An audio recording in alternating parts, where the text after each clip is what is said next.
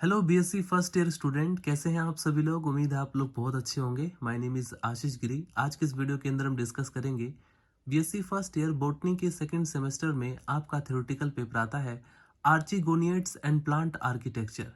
Student, इस semester से already मैं कई सारे वीडियोस अपलोड कर चुका हूं जो कि आपके एग्जाम पेपर के लिए मोस्ट इंपॉर्टेंट है।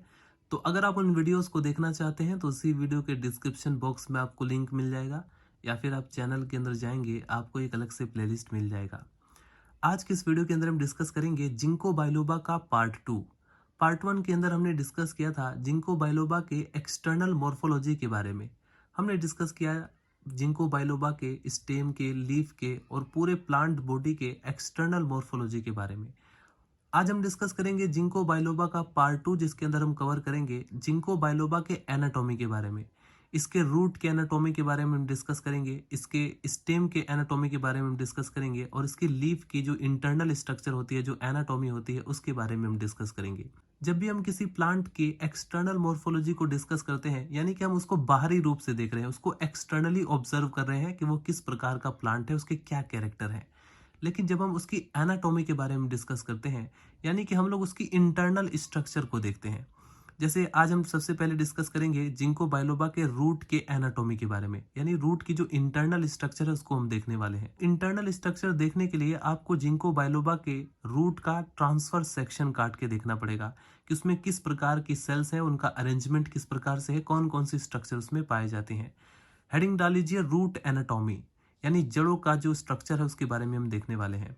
ट्रांसफर सेक्शन में जो जड़ें होती हैं वो रूपरेखा में, यानी कि आउटलाइन में वो कुछ सर्कुलर होती हैं, गोलाकार होती हैं।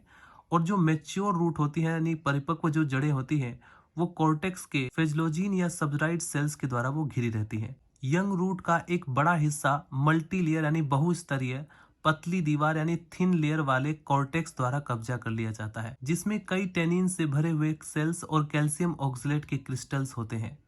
म्यूसिलेजिनस कैनाल जो होती हैं वो प्रोमिनेंटली विजिबल यानी कि प्रमुखता से दिखाई देती हैं। अब यहाँ पर मैं आपको डायग्राम दिखा रहा हूँ इसके रूट का। ये है जिंको बाइलोबा के ट्रांसफर सेक्शन, यंग रूट का ट्रांसफर सेक्शन आप लोग देख रहे हैं, जिसमें आप लोग सिंपली देखेंगे इसमें म्यूसिलेजिनस कैनाल्स भी आपको दिखाई देंगी, ऊपर की तरफ आपको सबराइज्ड सेल्स भी दिखाई देंगी, और ये इसमें है टेनिन सेल्स, और ये इसमें है पेरेनकाइमेटस सेल्स, राइट। ये आपको दिखाई देगी एक सिंगल लेयर पेरिसाइकल, ये इसके अंदर एंडोडर्मिस, फिर उसके बाद प्रोटोजाइलम, मेटाजाइलम और फ्लोएम भी आपको दिखाई देगा, राइट।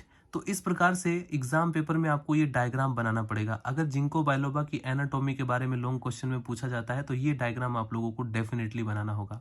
स्टूडेंट, इस डायग्राम के अकॉर्डिंग ही अब आपको एक्सप्लेन करना पड़ेगा। रूट के जो आगे की एक्सप्लेनेशन है वो इस डायग्राम के अकॉर्डिंग ही आप लोग करेंगे। जैसे आप लोगों को लिखना है, अब यंग रूट्स में एंडोडर्मिस एक स्तरीय यानी कि मोनोलेयर पेरिसाइकिल की एक परत स्पष्ट होती है। हालांकि मैच्योर जड़ों में इस तरह के अम्बर का अभाव रहता है, lack of distinction. Young roots में डायार की जो स्थिति है वो स्पष्ट रूप से दिखाई देती है। जाइलम जो होता है वो एक्सार कंडीशन में होता है, और यह फ्लोएम स्ट्रैंड्स द्वारा अलग रहता है। कभी कभी जड़ें जो होती हैं, जो रूट्स होते हैं, वो ट्रायार्क स्थिति भी दिखलाती हैं। स्टेम में सेकेंडरी ग्रोथ कॉर्क कैम्बियम बाहरी तरफ पेरिडर्म को काटता है और सेकेंडरी कॉर्टेक्स का अंदर की तरफ काटता है। पेरिडर्म एपिडर्मिस की जगह ले लेता है और श्लेष्मा नहरें अनुपस्थित होती हैं। तो अब आप लोग हेडिंग डालेंगे student anatomy of old stem. Cambium का एक रिंग पूरे समय एक्टिवेट रहता है, और सेकेंडरी फ्लोएम को बाहरी की ओर तथा जो सेकेंडरी जाइलम है उसको भीतरी की ओर काटता है। प्राइमरी फ्लोएम के बाहरी भाग की ओर प्राथमिक जाइलम यानी प्राइमरी जाइलम के बाहरी भाग की ओर कुचलते हुए धब्बे मौजूद होते हैं। सेकेंडरी जाइलम में शीव ट्यूब्स यानी चालनी कोशिकाएं और फ्लोएम पैरेन्काइमा होते हैं। सेकेंडरी जाइलम में ट्रेकिड्स होते हैं, और गैर परिभाषित जो एनुअल रिंग्स होते हैं, जो वार्षिक छल्ले होते हैं, वो भी देखे जाते हैं। आगे बढ़ते हैं स्टूडेंट ओल्ड स्टेम की एनाटॉमी के अंदर आप लोगों को लिखना है, लॉन्ग और ड्वार्फ शूट के स्पर्श रेखा व अनुदैर्ध्य वर्गों के अध्ययन से यह पता चलता है कि एक तरफा जो मेड्यूलरी रेज लंबी शूटिंग में ऊंचाई में लगभग 1 से 3 कोशिकाएं होती हैं, जबकि जो ड्वार्फ शूट होती है उसमें ऊंचाई में लगभग 1 से 15 सेल्स होती हैं। ट्रेकिड्स की रेडियल दीवारों पर बॉर्डर वाले गड्ढे की 1 या 2 पंक्तियां मौजूद होती हैं। गड्ढे जो होते हैं वो रूपरेखा में सर्कुलर होते हैं, गोल आकार होते हैं, और एक स्पष्ट धार है। सानियों के बार भी मौजूद है। सानियों के बार प्राथमिक लकड़ी में नहीं होते हैं। ट्रेकीड्स के लूमेन को पार करने वाले सानियों के ट्रेबुकुले भी मौजूद हैं। ये जो आप लोग डायग्राम देख रहे हैं ये मोस्ट इंपॉर्टेंट डायग्राम है। अगर जिंको बाइलोबा के ट्रांसफर सेक्शन, जो इसका ओल्ड स्टेम का ट्रांसफर सेक्शन है, उसका डायग्राम है ये। इसको आप लोगों को एग्जाम पेपर में बनाना होगा। आइए इसको अच्छे से समझते हैं। देखिए ऊपर की तरफ आपको दिखाई देंगे इसमें सबराइज्ड सेल, राइट। इसके बाद आप लोग देखेंगे ये इसमें कॉर्क कैम्बियम प्रेजेंट है, ये इसमें टेनिन प्रेजेंट है, ये इसका कॉर्टेक्स है, इसमें प्राइमरी फ्लोएम प्रेजेंट है, ये इसमें सेकेंडरी फ्लोएम प्रेजेंट है, ये इसका कैम्बियम होता है। इसके बाद ये आप लोग देखेंगे ये है सेकेंडरी जाइलम और ये है मेड्यूलरी रे, राइट। ये है इसमें प्राइमरी जाइलम और ये इसमें स्फेरिफाइड है और ये इसमें पिथ प्रेजेंट है। Ginkgo biloba transfer section old stem showing secondary tissue, इसमें जो है सेकेंडरी टिश्यू को शो किया गया है। फाइनली स्टूडेंट, अब हम डिस्कस करते हैं लीफ की एनाटॉमी के बारे में, यानी लीफ की इंटरनल स्ट्रक्चर, उसकी आंतरिक संरचना के बारे में। तो अगर आप लोग इसकी आंतरिक संरचना को ध्यान से देखेंगे माइक्रोस्कोप के अंदर, तो आपको दिखाई देगा एपिडर्मिस मोटे तौर पर कटे हुए होते हैं और इसमें रेक्टेंगुलर व पॉलीगोनल सेल्स होती हैं। काफ़ी सारी सेल्स इसमें प्रेजेंट रहती हैं। और अगर हम स्टोमेटा के बारे में डिस्कस करें तो स्टोमेटा इसमें हेप्लोचिलिक टाइप का प्रेजेंट रहता है। हेप्लोचिलिक टाइप का स्टोमेटा किस प्रकार का होता है? Composed of 2 guard cells, 2 guard cells से वो कंपोज्ड रहता है और ओरिजिनेट होता है 1 मदर सेल से। वाइल द सब्सिडरी सेल्स जो होती हैं वो ओरिजिनेट होती है एडजेसेंट एपिडर्मल सेल से, जो केवल निचले एपिडर्मिस यानी लोअर एपिडर्मिस तक ही सीमित रहते हैं। इसके बाद आइए देखते हैं, मैं आपको डायग्राम दिखाता हूं। अगर आप लोगों को और भी एक्सप्लेनेशन नोटिस करना है लीफ की एनाटॉमी के बारे में तो मैं आपको थोड़ा सा दिखा देता हूं, उसके बाद हम लोग डायग्राम को डिस्कस करेंगे। देखिए स्टूडेंट, लीफ की एनाटॉमी में आप लोग सिंपली देखेंगे a layer of epidermis is present on upper as well as lower side of leaf.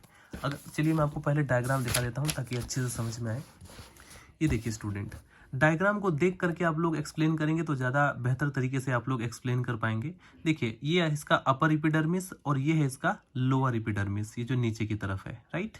ये सबसे पहले नीचे आप लोग देखेंगे diagram number 25, Ginkgo biloba transfer section young leaf. ये जो है यंग लीफ का ट्रांसफर सेक्शन है और इसी को आपको एक्सप्लेन करना है कि इंटरनली ये कैसा दिखाई दे रहा है।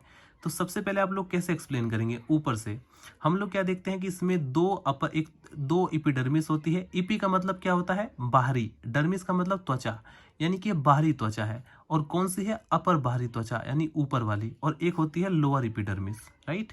ए layer of epidermis is present on upper as well as lower side of leaf, leaf के अपर साइड में और लोअर साइड में। इसके बाद आप लोग देखेंगे the epidermis is thickly cuticularised and consist of rectangular to polygonal cells. इसमें जो है पॉलीगोनल सेल्स और रेक्टेंगुलर सेल्स प्रेजेंट रहती हैं और ये थिकली क्यूटिकुलराइज्ड होता है, राइट। इसके बाद आप लोगों को आगे नोट डाउन करना है मीजोफिल के बारे में, लिखना है आपको। Mesophyll is present in between 2 epidermal layers. Mesophyll जो होता है वो कहाँ पर प्रेजेंट है? 2 एपिडर्मल लेयर्स के बीच में। And it is not well differentiate into palisade and spongy parenchyma. Many mucilaginous canal और secretory canal and few tannin cells are also present in mesophyll region, right. सारी स्ट्रक्चर के बारे में यहाँ पर बताया गया है कि कौन सी सेल कहाँ पर प्रेजेंट रहती हैं।